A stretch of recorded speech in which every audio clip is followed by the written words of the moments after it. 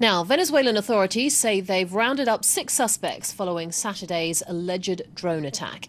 The country's defense minister said it was a failed attempt to, quote, decapitate the Venezuelan leadership and a clear bid to take out President Nicolas Maduro.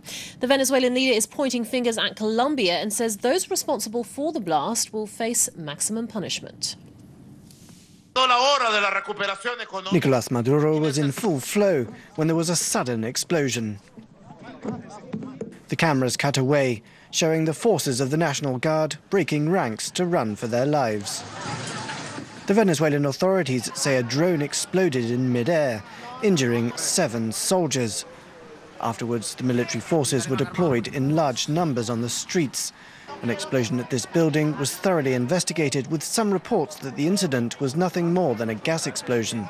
But within hours, Maduro was accusing Colombia of being behind the alleged attack. Today, they tried to assassinate me. I have no doubt that everything points to the right and far-right factions in Venezuela in collaboration with the Colombian far-right, and that Colombian President Juan Manuel Santos is behind this. Accusations that the Colombian government says are absurd and lacking all foundation. The official version is that, yes, the extreme right in Venezuela, in league with the president of Colombia, who's acting as the agent of imperialism through financiers in Miami. I mean, they seem to have come to that conclusion pretty quickly before even launching an investigation.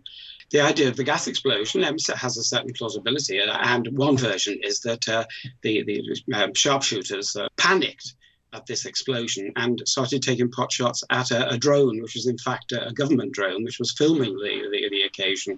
Muddying the waters still further, a mysterious rebel group calling itself National Movement of Soldiers in T-shirts claimed responsibility. A pro-opposition journalist in the US read their statement. We cannot tolerate that the population is suffering from hunger, that the sick do not have medicine, that the currency has no value, or the education system neither educates or teaches, only indoctrinates communism. Maduro's policies have led to the worst ever economic crisis in the oil-rich nation. By the end of this year, the IMF expects inflation in Venezuela to hit 1 million%.